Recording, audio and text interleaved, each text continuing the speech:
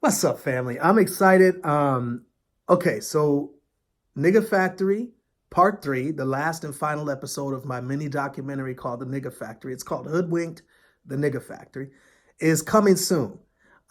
It took me quite longer to do this particular episode for a few reasons. One was we were recording a new album. I got a new album coming out with a great producer slash great friend of mine and a few other friends of mine that are musicians and artists. And it's called The Vagabond Family. So I'm doing basically like a native tongues type of situation with artists that I all admire and adore their music.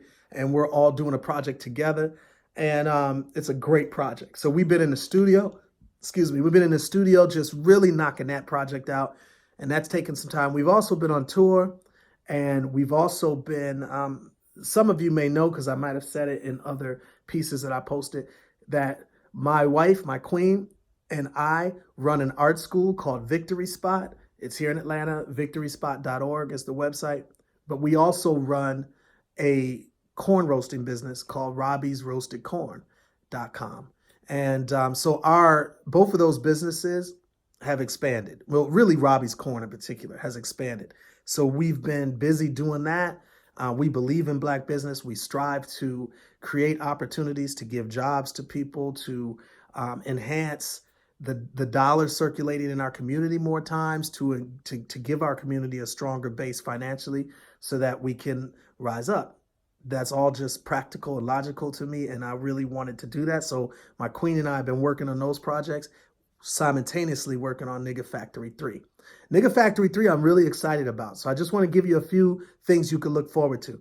You know, in Nigga Factory 1, I really tried to just paint the picture of how, in broad strokes, like from a 40-foot, high view, you could see how America has had an agenda to justify slavery in the midst of having a principle-driven nation that said all men are created equal. So they had to look at slavery and try to justify it by making us look like animals. So part 1 really dealt with that issue.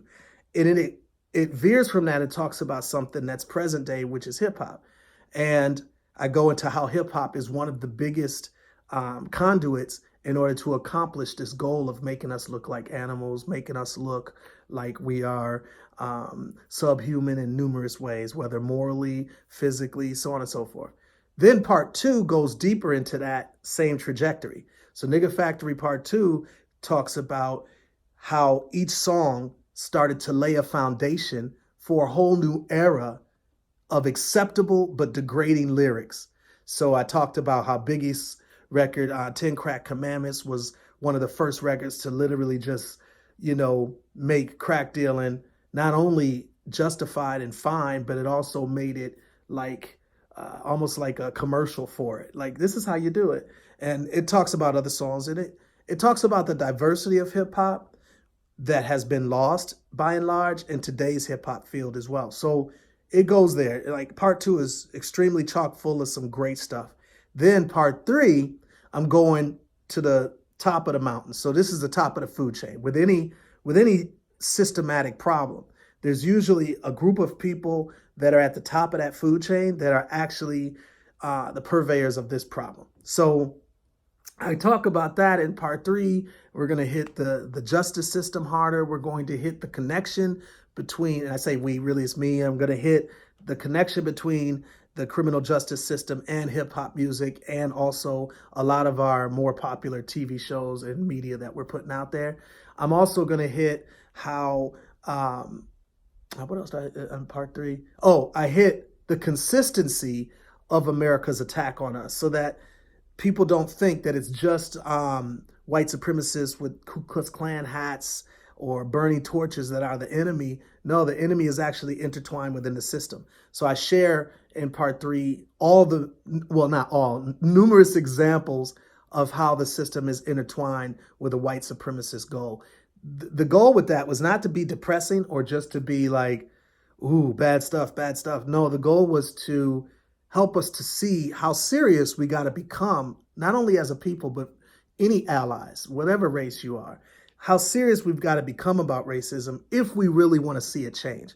So the whole point of part 3 was to make the case that we have to become active participants and not just passive haters of racism. We have to become active participants of destroying racism, you know? So that's part 3. I think you're going to love it. It does end with some solutions. I can tell you now, it's impossible to come up with all the solutions, not to mention I don't have all the solutions, but I did want to come with some solutions so it didn't just seem like an exercise in negatives. Like one of the things that me and Arrested Development from the very first record to now wanted to do was always offer some type of hope and solution within expressing and exposing some of the problems that we face and the obstacles that we must overcome as a people. So that's what part 3 is about to be about.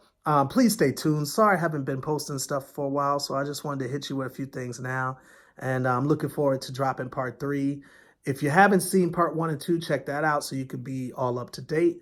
And I also have my TED Talk, which really went over incredibly well. So like, I think we had the biggest crowd in the history of the Portland TED Talk events. So it was like incredible. I was the last speaker. I rounded up the entire lineup of speakers. There probably was about 20 or so speakers. I was the last one, and it was a party. And at the same time, it probably will evoke some tears and emotions because it was pretty serious. So it was cool. And so you can check that out on the channel. And then I also talk about part 2, and I explain some of the mistakes that I made and the whole black and brown issue that many people have talked about. I also have a video about my journey in Christianity and introducing this documentary that I'm working on. At this point, it's the beginning stages, but it's called The Cross is Burning. So a lot of stuff going on. For those that don't know, I have a movie, a documentary that's out right now. It's in theaters. It's called 16 Bars. I go into the jail and I work with inmates on music, and I have my guys film the entire situation.